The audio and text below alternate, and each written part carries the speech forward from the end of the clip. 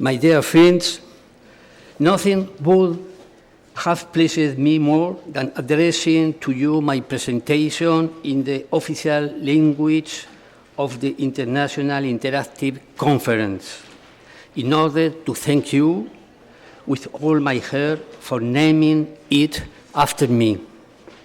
But I fear that Shakespeare would rise from his grave to complain for my barbaric use of such a beautiful language. Therefore, I take the freedom to speak in Spanish and kindly ask to you accept my apology for not respecting the protocol of our conference. Many thanks in advance.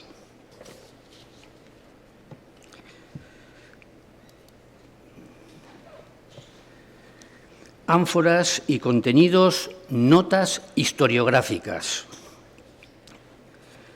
Mi mundo de las ánforas, como tantas otras cosas en mi vida, se construyó a partir de la influencia de Antonio Beltrán, mi padre, maestro y amigo.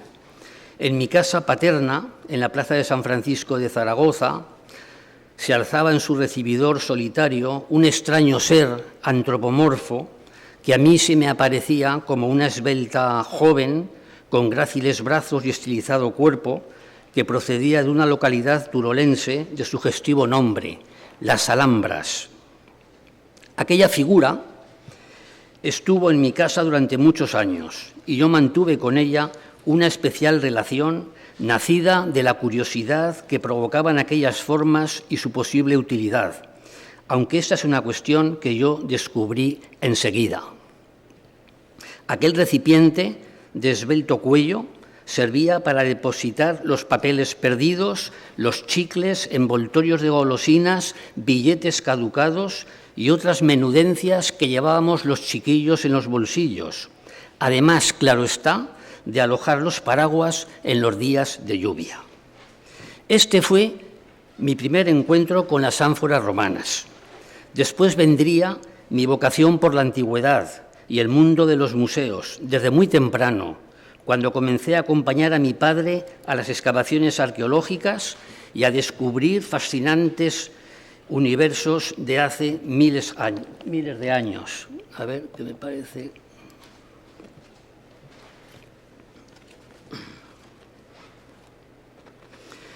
Enseguida me vi afectado por esa maravillosa enfermedad que se llama vocación y decidí dedicar mi existencia científica al mundo arqueológico bajo la tutela de mis dos maestros. Pero esa es otra historia. Volvamos al comienzo. En el año 1965, para celebrar mi mayoría de edad, preparé, entre comillas, mi primer artículo, que estuvo dedicado, como no podía ser menos, a aquel antropomorfo cerámico que conocía desde mi infancia en el recibidor de casa. En aquel momento descubrí la tabla. A ver.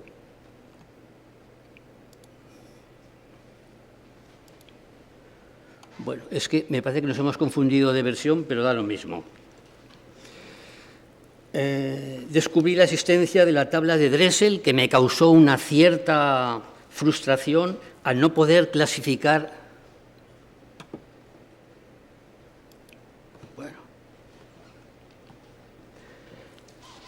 Al no poder clasificar el ánfora en aquella tabla, que era la que de alguna manera nos servía a todos de instrumento de trabajo. Años más tarde cayó en mis manos un sugestivo artículo que no conocía, Typologie et épigraphie amphorique, de Fernando Benoit, que yo ignoraba como gran ignorante en la materia que era entonces. Gracias a dicho artículo descubrí los errores de mis primeras líneas y publiqué más tarde una rectificación completa a las notas iniciales. Aquel episodio me dejó tan frustrado que me llevó a revisar y leer con fruición todo lo que cayó en mis manos relativo a las ánforas romanas que comenzaron a formar parte desde aquel momento de mis obsesiones más queridas. Así, en junio del año 1969, leí como tesis de licenciatura en la Universidad de Zaragoza las ánforas romanas en España, que tomaron forma editorial al año siguiente. Notas historiográficas para una discusión sobre los contenidos de las ánforas romanas de Hispania. No es este el lugar para desarrollar in extenso los problemas en torno al contenido de las ánforas, que la presente reunión ha canalizado en dos discursos lógicos, el de los indicadores históricos y arqueológicos y el de la arqueometría, que sumados a las síntesis regionales presentarán sin duda el estado actual de conocimiento. El contenido de las ánforas, encuadrado en la tipología formal, debe ser abordado desde el análisis de los residuos, los revestimientos internos con resina o pez, la información contenida en los tituli picti, las fuentes escritas y el contexto de los hallazgos de los centros de producción. Las síntesis recientes han sembrado las bases para afrontar el capítulo de los contenidos, desde las reuniones monográficas en torno al vino en la antigüedad del año 1985 y 1988, hasta la primera gran reunión sobre exbaética ánfora del mismo año, con trabajos de referencia de García Vargas y Darío Bernal, además de la nueva síntesis sobre la tarraconense del año 2005 como homenaje a Ricardo Pascual. Son básicas, además, la equilibrada síntesis de Clementina Panela del año 2001 y la atinada crónica de Martín Klíger para los años 1989 y 2002. Hoy es una referencia la puesta al día de las cerámicas hispanoromanas de 2008, generada en Cádiz con motivo de la 26ª reunión del Congreso de las Rei Cretae Romane Fautorum, que contiene síntesis de García Vargas, Bernal Casasola sobre la Bética, de López Muyor y Martín Menéndez sobre la tarraconense y de Fabiao sobre el mundo lusitano. La segunda parte de este proyecto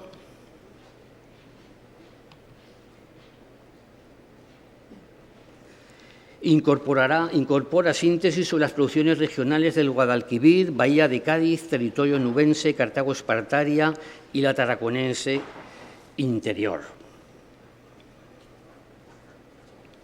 Los aspectos relacionados con hornos, talleres y centros de producción anfóricos han sido objetos de distintas reuniones científicas intensas en la década de los 2000 y sirve de paradigma Figlina Bética del año 2004 y recientemente, gracias al impulso de la Sociedad de Estudios de la Cerámica Antigua en Hispania, el primer Congreso Internacional de la SECA. El monte Testacho, vital para la forma Dressel 20, sobre cuyo contenido no hay disputas, ha tenido diversos trabajos monográficos en la colección Instrumenta de la Universidad de Barcelona, editados por Blázquez y Remesal. A ellos se suman las monografías sobre las ánforas tardoantiguas de Tárraco, los tipos minoritarios en Escalabis o la trilogía generada por Robert Etienne y François Mayet. No han sido excesivos los trabajos que se han dedicado de forma específica a los contenidos de las ánforas, desde los pioneros de Etienne en 1990 sobre las ánforas lusitanas o de Fabiao y Guerra, insistiendo en el mismo sentido, hasta las aportaciones de Bernal y Petit años más tarde, las exhaustivas líneas de García Vargas en el 1998 sobre envases gaditanos o las más recientes de Bernal, insistiendo no solo en los productos tradicionales, sino en otros tenidos erróneamente como secundarios. Finalmente, sobre el mundo productivo de las salsas y conservas de pescado, se sitúa el Congreso Internacional Cetarie 2005 o el Simposio Internacional en homenaje a François Mayet de 2006, así como la síntesis meridional de García Vargas o el trabajo de Lagostena y, finalmente, el todavía inédito, el luminoso encuadre de la cuestión de Darío Bernal en el Simposio de Esposende en 2014. Los más recientes trabajos han estabilizado la tríada de contenidos anfóricos, aceite, vino y salsas y salazones. Y en el momento presente, el proyecto Ánfora ex Hispania, paisajes de producción y de consumo, unido ahora al anterior Roman Amphora, a Digital Resource, y complementado por la información derivada de las bases de datos del CEIPAC, sirven de perfecto termómetro para calibrar hasta qué punto se ha avanzado sobre el contenido de las ánforas hispanas. Desde un punto de vista historiográfico, han primado hasta fechas muy recientes los atributos de la forma, el origen y la cronología, habiendo quedado en un término más discreto el referente a la función contenido, que es absolutamente necesario para situar las ánforas en su contexto real. No me corresponde ahora sino enunciar la historiografía del contenido de las ánforas, cumpliendo el encargo de los organizadores de esta conferencia internacional, a través de una serie de enunciados que resumen algunas de las controversias y avances generados en torno al contenido anfórico. Estos recipientes son solo una parte del comercio de difusión de productos de consumo, a los que habría que añadir los dolia, los envases de vidrio, toneles y odres, además de los pequeños recipientes especializados y costosos que difundieron producciones selectas, determinadas ollas asociadas a las salazones del Cantábrico, algunas jarras que también tuvieron importante difusión e incluso las lucernas como testimonio indirecto.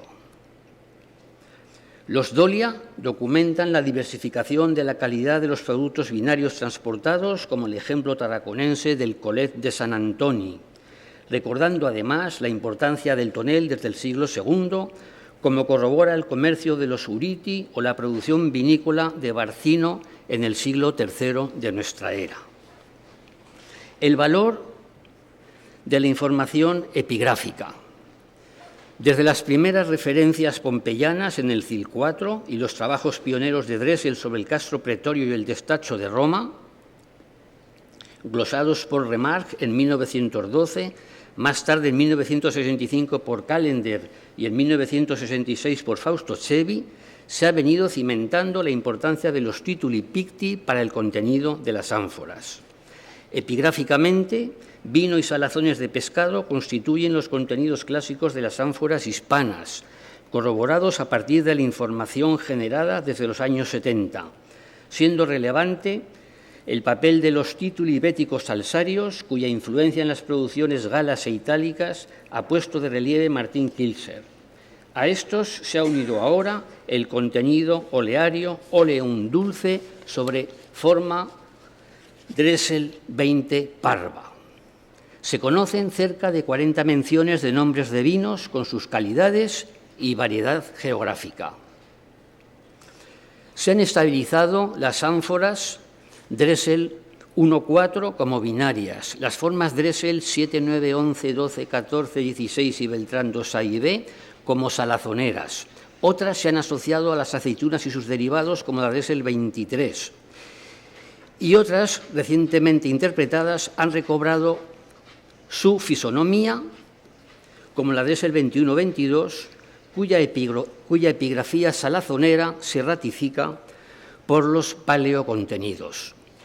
Los tituli hispanos más abundantes aluden a las ánforas de salazones, cuya síntesis y crítica ha hecho recientemente Lagostena, y siguen siendo minoritarios los tituli relativos al vino.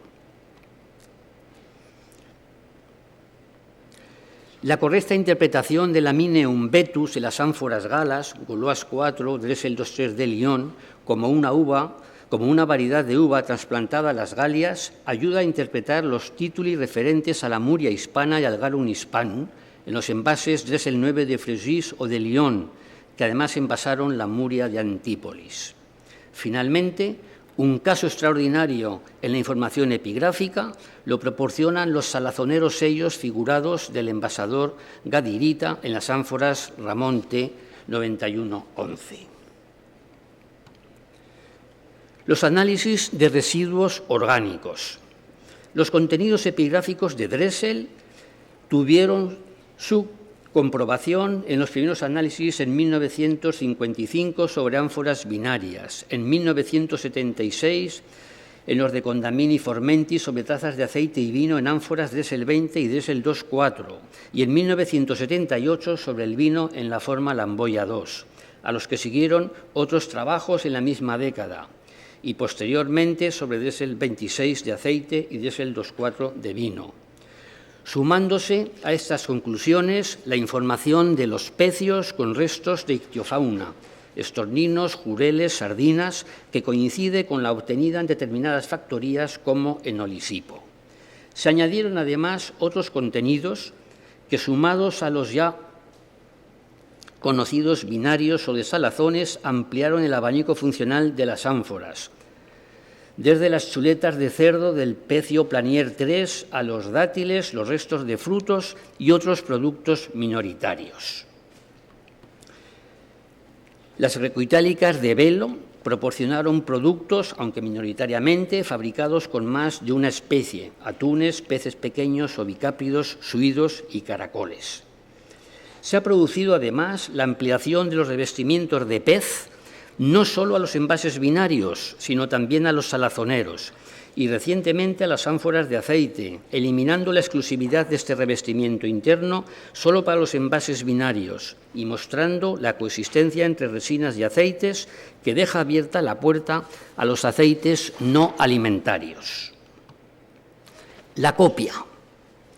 La copia en el mundo romano se muestra inicialmente deudora del helenismo, como evidencian las réplicas itálicas en el siglo I a.C. de las ánforas de Kos para el transporte del vino, origen de la Dressel 4 y de su secuela mediterránea y atlántica.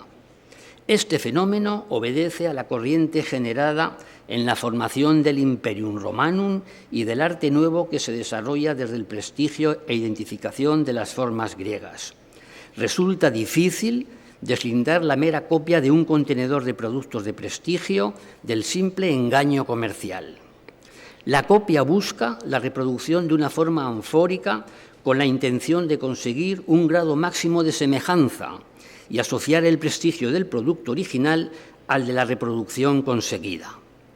El copista permanece preso de la técnica de ejecución, pero la caracterización arqueométrica permite la distinción entre los modelos originales y sus derivados, hasta el punto de que son ciertamente escasas las copias verdaderas, como ya expuso Chernia hace muchos años. En ausencia de información sobre el ánfora, ignoramos cómo podía el comprador identificar el producto de diferentes regiones envasado en recipientes análogos, debiendo suponer la existencia de información en otros materiales perecederos. Ambivalencias. ¿Siempre se cumple el axioma forma igual a contenido? Las exigencias funcionales conformaron los contenedores: cuellos largos y estrechos para las sustancias líquidas, bocas amplias para los alimentos semisólidos y cuellos cortos y estrechos para los envases olearios. Y así parecen la mayoría de las formas conocidas, en lo que constituye una interpretatio normalizada. No obstante, se observan algunas contradicciones, como las grecoitálicas de imitación de la costa gaditana, cuyos análisis de paleocontenidos han proporcionado salsas del pescado y no productos binarios. Esta alternancia de contenidos es un fenómeno constatado especialmente en los tiempos tardorrepublicanos, como ha comprobado García Vargas en el Guadalquivir. La experiencia epigráfica y analítica demuestra que el grupo anfórico de las formas Dressel 7-11 bético estuvo destinado al transporte de las salazones. Lo corroboran los restos orgánicos ya mencionados, entre los que sobresalen la caballa y el estornino. Sin embargo, se ha planteado que ciertas producciones de esta forma Dressel 7-11 tarraconense, anteriores a mediados del siglo I de la era, pudieron haber contenido vino. Se ha aducido el factor geográfico al tratarse de envases producidos lejos de la costa. La situación de los centros productores tierra adentro parece abogar hacia contenidos binarios para algunos autores. La asociación de determinadas ánforas salazoneras hispanas, por ejemplo, a contenedores relacionados con el vino, en tumbas de Goeblanc, hace pensar a Martín Kircher en el probable contenido de hidrogarum o enogarum para algunos contenedores. Por otra parte, ciertas formas Dressel 711 del Guadalquivir epigráficamente se asocian al vino aguado, Lymphatum. Productores de géneros duales, vino y salazones. La marca Ant Ampuritana produjo ejemplares típicamente binarios como la Dressel 2.4 y otros de tipología salazonera como la Dressel 8 Ampuritana, circunstancias que hicieron binario su contenido. Sin embargo, los restos de conservas de pescado en el ejemplar de Tolegasos han dirimido la cuestión a favor de las salazones. Un modelo análogo de comportamiento observamos en los envases de época augustea del liberto Julius Theophilus, que produjo en los centros del Bajo Llobregat ánforas Pascual I, binarias y Dressel 21 y 22, atribuidas a las salazones. Podría encontrarse un antecedente de este fenómeno en las controvertidas producciones algecireñas de Sozi, Cettari y Gaditani, que fabricaron ánforas Dressel 1C y Lomba de caño 67, y a través de Marcus Lucretius, envases de tipo Dressel 12, es decir, ánforas binarias y de salazones dependientes del mismo productor. En todo caso, resta comprobar que las Dressel 1C transportaron salazones como ya esgrimieran Domergue y después Etienne y Mayet, repitiendo el supuesto modelo de Lager, Cosanus y Albinia, en donde se identificó por Will la posibilidad de una producción de la Dressel 1A para vino y 1C para salazones.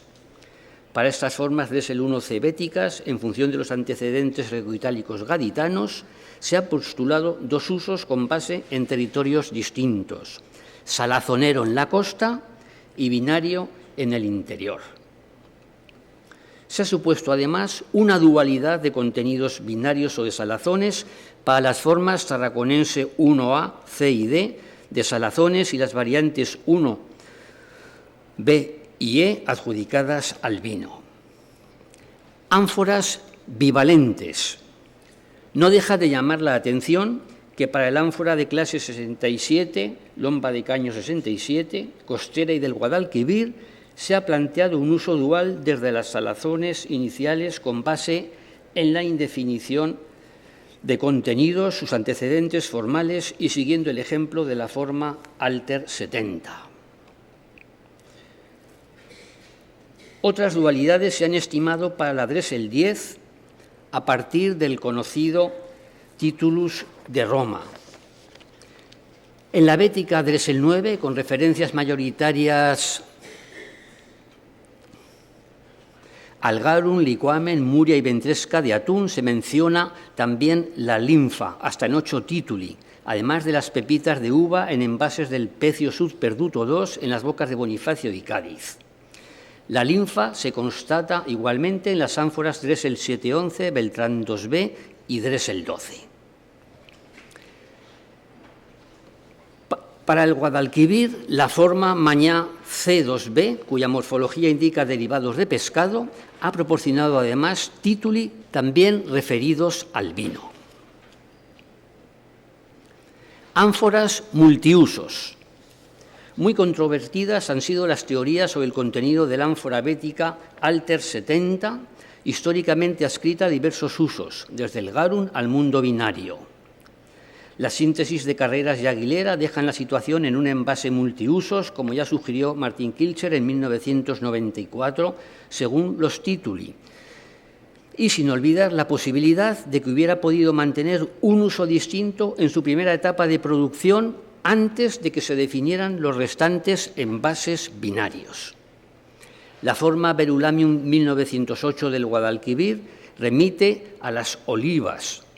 Las imitaciones de esta en la Galia narbonense confirman uno de los productos principales y se ha optado por la atribución binaria para las imitaciones de esta forma en Mérida. Otro tanto se ha planteado en la década de los 80 sobre la forma salazonera Beltrán 2B, que García Vargas sugirió como la sucesora de la polivalente Alter 70 y que ha proporcionado tituli de muria, vino y linfa. La falta de información ha llevado a postular para las ovoides 1 según su situación interior o costera, diversos usos: aceite, vino, salazones o derivados del pescado, con atribuciones igualmente plurifuncionales para la ovoide 2, A4, 8, 9 y 10.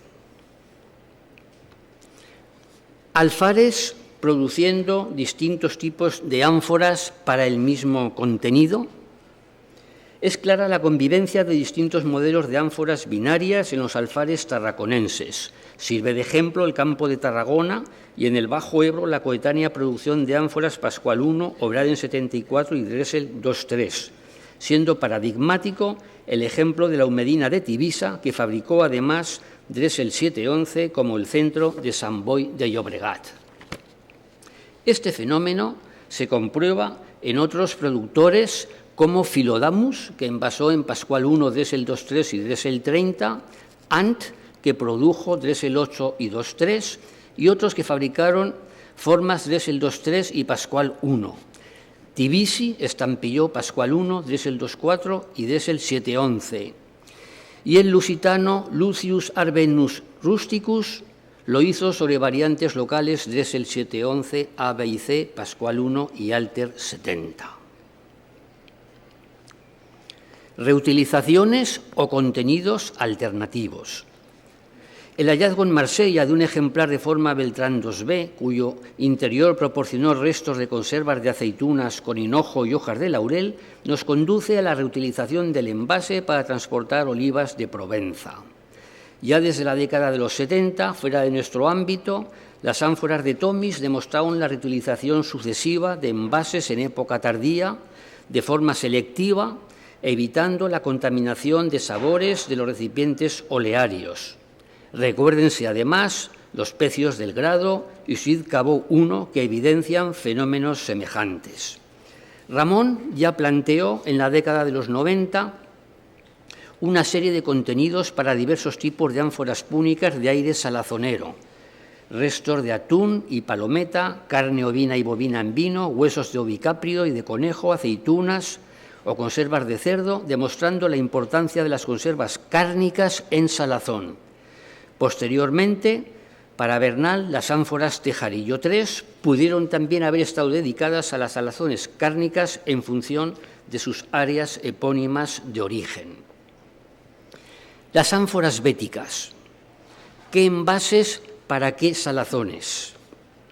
Sigue sin constatarse una especialización formal de las ánforas salazoneras y sus contenidos, cuyos títulos mencionan numerosos aspectos sobre el origen, la materia prima y características, así como sobre la vejez o solera del mismo.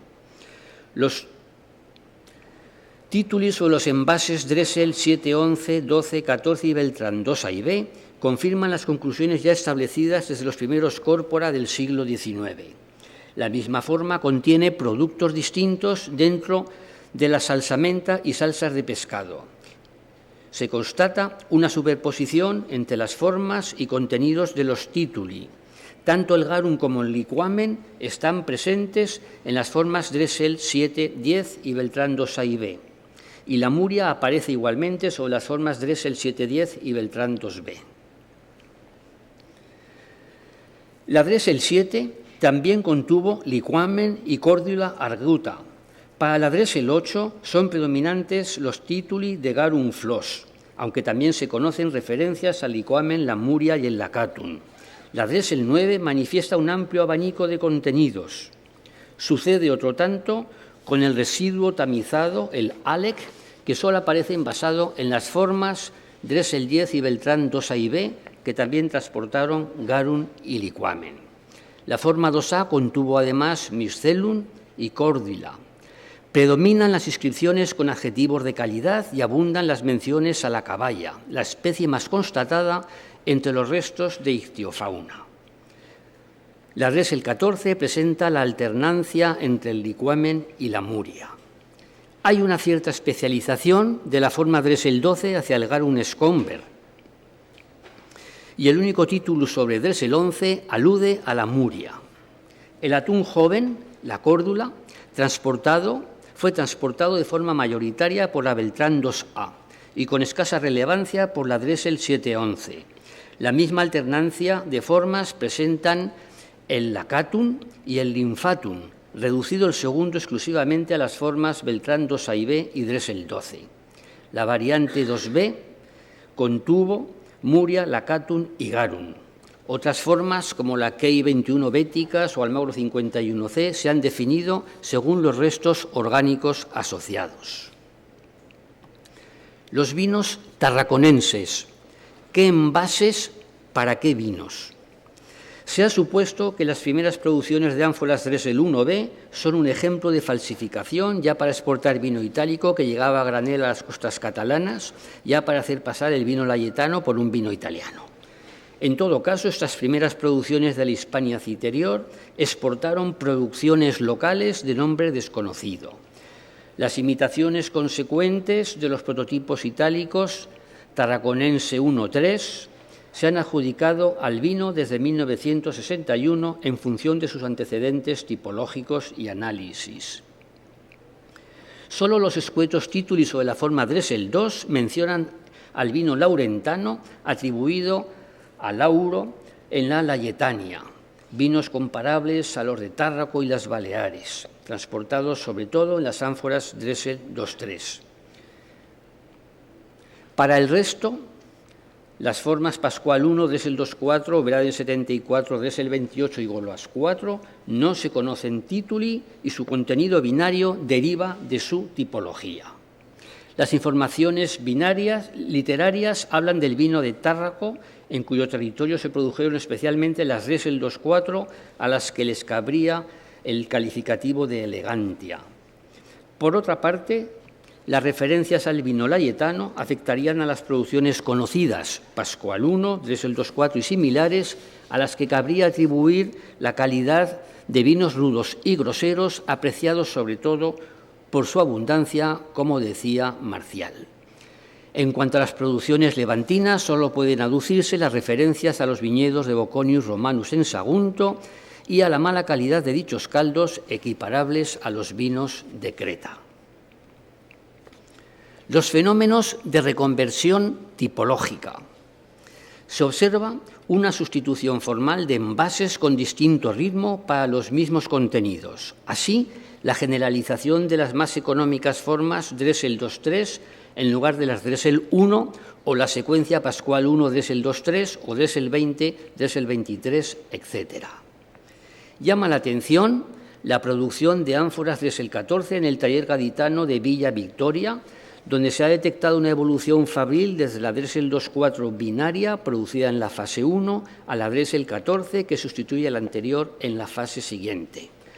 Formas destinadas para el vino, para las salazones. Las producciones posteriores de la Dressel 14B en los territorios costeros, granadinos o malagueños, envasaron salazones, como se comprueba por los registros e ictiofauna analizados. Tipologías estables en las derivaciones formales. La aceitera forma Dressel 20 y sus eslabones iniciales también fue copiada fuera de su ámbito, manteniéndose la función principal, o con productos asociados semejantes como el aceite de nuez en las imitaciones Goloas 13 y 14 o con producciones de aceites locales. La sucesora tardía de este envase, la Dressel 23, es conocida por los tituli romanos tan divulgados. Y la oliva 3 levantina se ha supuesto como aceitera con base en su parentesco físico con las formas béticas. Contenidos por su tipología. Junto a los recursos que presta el medio natural, en ausencia de tituli o paleocontenidos, se sitúan los contenidos asignados a determinadas formas con base en las derivaciones tipológicas o con los resultados obtenidos de otras zonas de producción. Este argumento no está exento de imprecisiones por la cadena de copias que se produce y los cambios introducidos según los territorios y economías.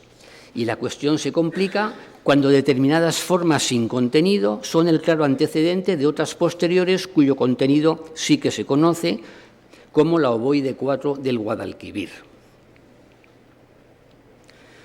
Aquí pueden verse algunos de los antecedentes y sus derivaciones en las formulaciones que hasta el momento he encontrado hechas en los diversos trabajos, tanto en las referencias al aceite como al vino, desde la Ramón P25 a la Matacallares 1, o los tipos de la Ovoide 5,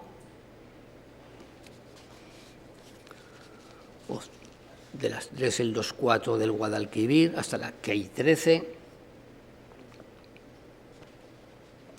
desde la P41 hasta la Dressel 14, de modo que estaríamos en este ámbito de atribuciones con base en la tipología, al que sumaríamos un segundo supuesto, que sería la tipología y el contexto territorial, como el ejemplo de las ánforas de Águilas 1 a 3, de contenidos salazoneros, con atribuciones salazoneras, o de vino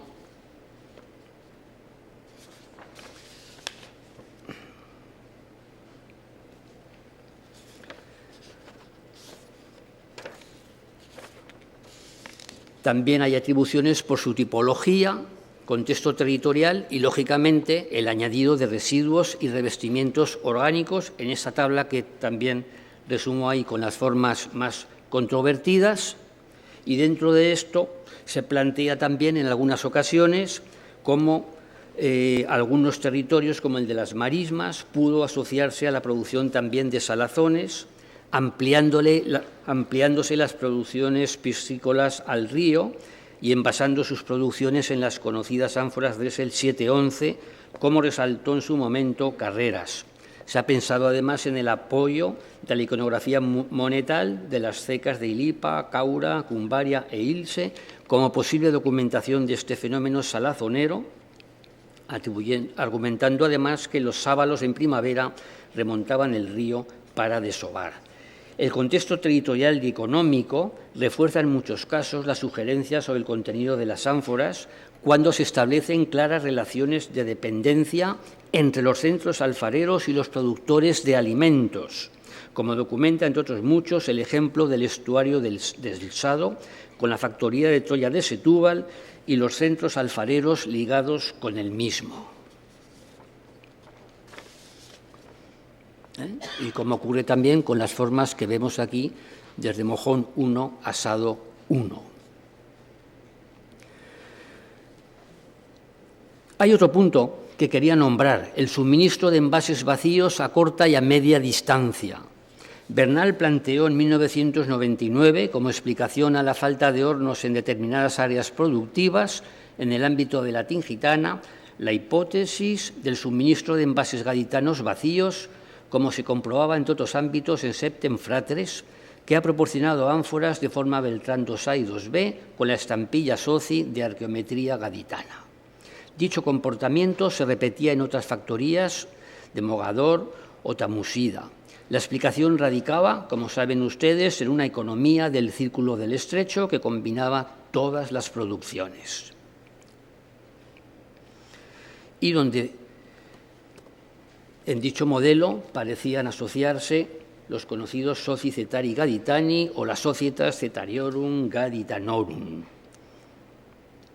Este fenómeno parece también aplicable a Velo Claudia en época republicana y a Sexi en la etapa bajoimperial.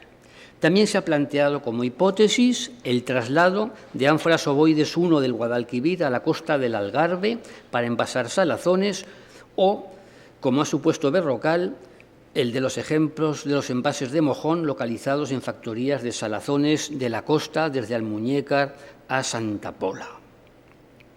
Nos quedan además las ánforas sin contenido, que son numerosas, como puede verse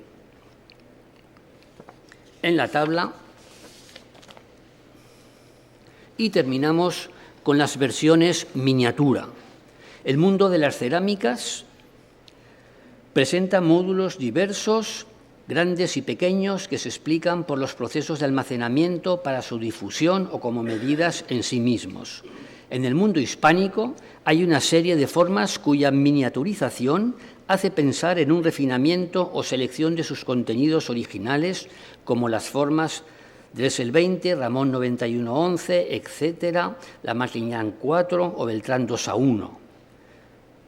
En otras ocasiones podría tratarse de regulaciones específicas para las exportaciones aceiteras, como hemos visto con la Tejarillo 1 o Beltrán 72, para la que Parker supuso como miniatura tardía de la forma Beltrán 2B, o bien la forma Puerto Real 3 respecto de Puerto Real 1 y 2 o Águilas 4. Y termino, como decía al principio. He tenido la fortuna de trabajar durante más de 40 años en la mejor profesión del mundo y además me han pagado por ello. Y por si fuera poco, ahora los amigos de las ánforas quieren dedicarme esta extraordinaria reunión con base en mis supuestos méritos en el campo de las ánforas, en el que he tenido más hierros que aciertos, partiendo sobre todo de aquellos pecados de juventud que contiene mi libro sobre las ánforas romanas en España, que para mi sorpresa tuvo una acogida inesperada en el mundo científico. Por ello termino estas líneas dedicando a nuestras queridas ánforas y a la reunión que hoy celebramos los votos que antaño hacían los humanistas, vivatis, crescatis et floreatis.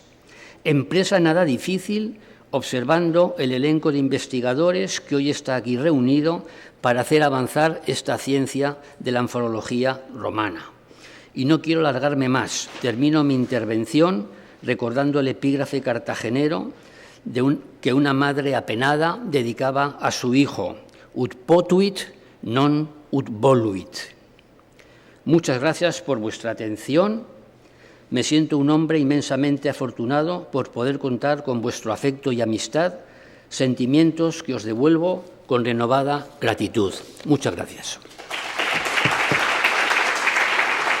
For this so interesting lecture and for bringing to the table many topics, many ideas, many problems. So, are there any comments? Not everybody at the same time, please. Some comments? Se han quedado bloqueados todos, ¿no?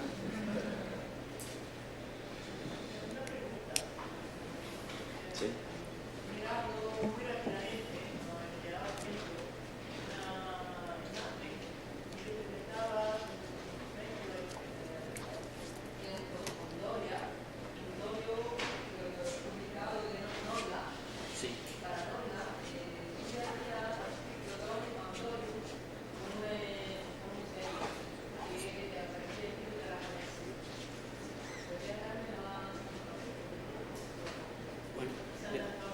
Pues sí, te puedo enviar la información detallada, la bibliografía y demás, donde está la publicación de los detalles para...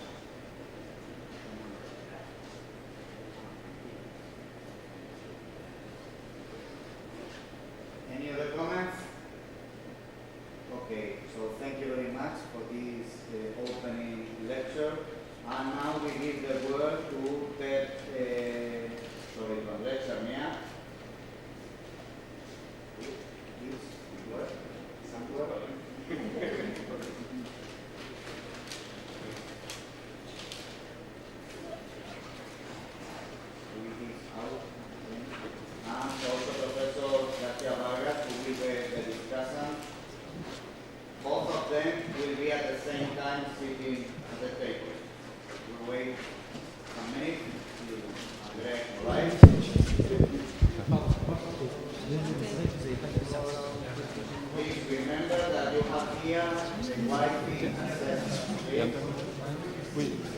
We need the microphone.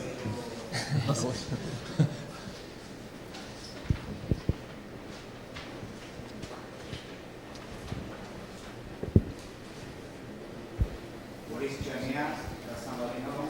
He has escaped. After all these slides and so many problems, he has decided to go away. Okay, maybe Professor García Vargas is here. He has also escaped. I'm thinking of escaping also. So one.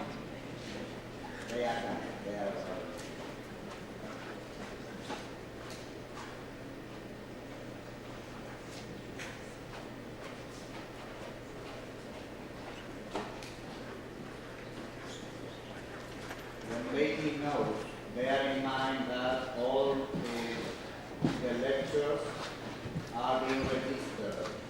So if you want to check them afterwards, you will be able to do it. Okay?